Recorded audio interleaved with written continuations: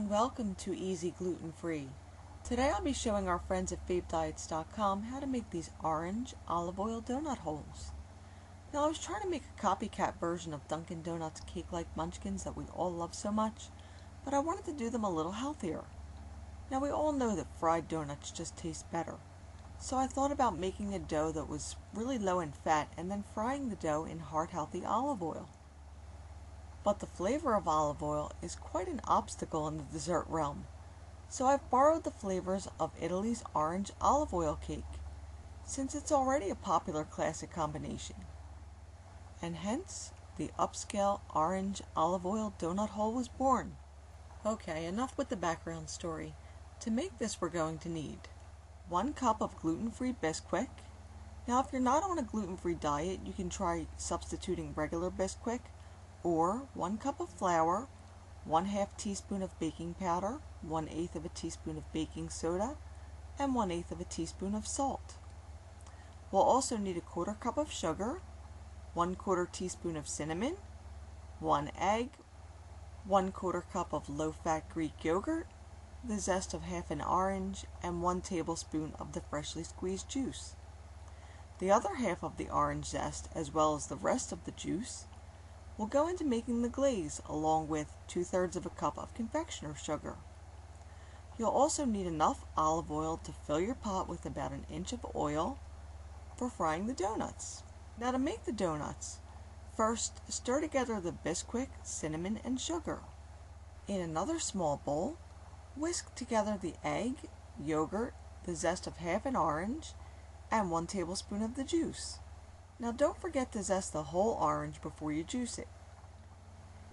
Now using a rubber spatula, stir the wet ingredients into the dry ingredients until everything's well combined. It might be a little hard to mix it and seem a bit crumbly at first, but just keep at it and the dough will come together nicely. Then transfer the dough into a clean bowl, cover it with plastic wrap, and refrigerate it for 15 minutes. At this point you can make the glaze by stirring the other half of the orange zest with the remaining orange juice and confectioner's sugar.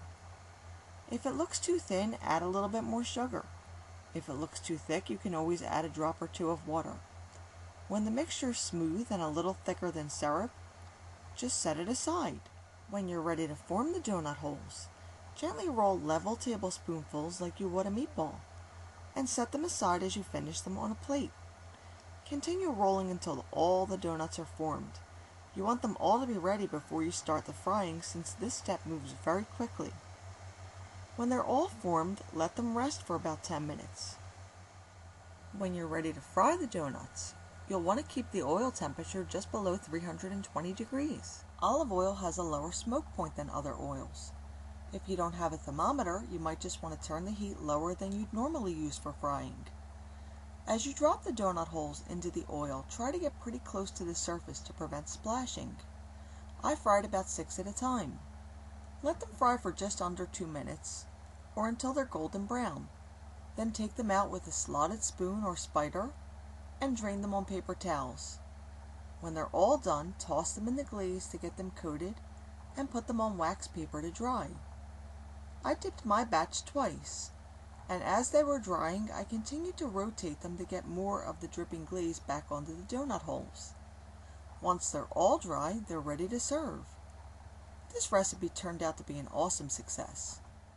But if for some reason you don't think you'd like the orange olive oil flavor profile, you could always use vegetable oil for the frying and replace the orange juice in the recipe and the glaze with milk and just make plain glazed donut holes.